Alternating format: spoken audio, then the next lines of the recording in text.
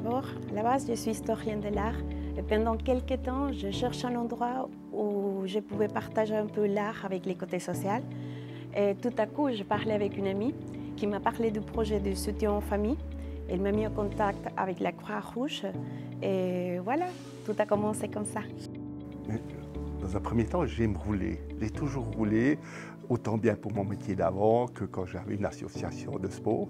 Et j'adorais rouler. J'ai conduit mes beaux-parents énormément de fois dans des hôpitaux, tout ça. Et une fois qu'ils n'étaient plus là, je me suis dit, mais pourquoi pas me consacrer à la Croix-Rouge et donner mon savoir de rouler, etc. et de profiter et de le donner avec un sourire. C'est ça la plus belle chose. Das SRK ist eine glaubwürdige Organisation. Also eine Organisation, die einen guten Ruf hat. Und das ist mir wichtig, wenn ich mich freiwillig engagiere, dass ich meine Zeit investieren kann, wo es aufgehoben ist, gut situiert. Und mir denkt, das SRK schaut nicht nur weltweit her, wo Not ist, sondern das SRK sieht auch, was in der nächsten Umgebung braucht, wo Menschen sind, die Hilfe und Unterstützung brauchen.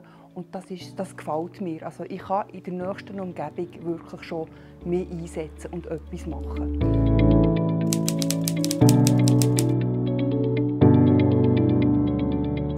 Alors on a tous les cas sociaux, on a des gens qui sont un peu différents, on a tout.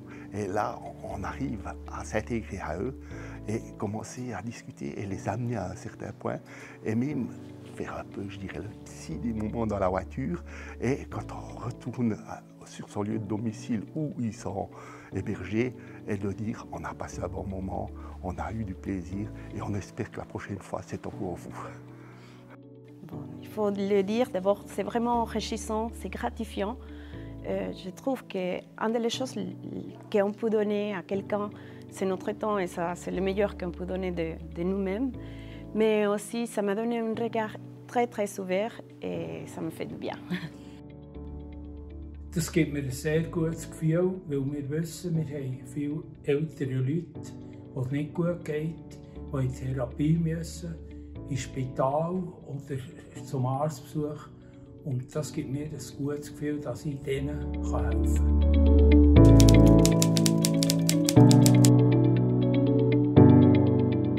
En fait, je visite une famille qui vient de la Côte d'Ivoire et je travaille avec le petit. C'était l'anniversaire du petit et on a décidé de faire une couronne pour son anniversaire. On l'a décoré, on l'a mis des couleurs dorées et quand on avait fini, il a décidé de faire une deuxième fois une autre couronne. Je ne savais pas pourquoi, mais on l'a fait quand même. Et quand il a fini, il m'a dit que cette couronne c'était pour moi parce que je le méritais aussi. Donc c'était trop touchant. Une personne m'a particulièrement touché. Je suis un peu triste. Cette personne, 3 fois par semaine, je vais l'amener à l'hôpital. On revenait en retour, on parlait de ses peintures, on parlait de tout. Et même de la famille, jusqu'au moment où je suis rentré dans son truc intime un peu. Et c'est là qu'il a décidé d'arrêter.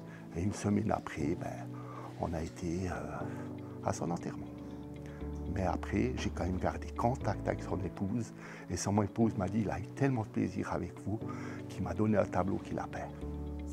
Beim letzten Kontakt mit meinem Klienten und beim Morgen von diesem Tag am Traubenlesen gewesen. Und am Nachmittag haben sie gepresst im Keller. Und dann habe ich ihn gefragt, weil ich weiss, dass er ein ganz grosser Weinliebhaber ist, ob er Lust hätte, zuzuschauen. Er ist dort auf seinem Rollator gehöckelt und hat einfach gestaunt. Und ich habe mit Absicht dem Kellermeister viele Fragen gestellt. Der Herr, den ich begleite, kann wirklich fast nicht mehr reden. Er hat selber keine Fragen gestellt. Ich habe gemerkt, dass er so dabei ist.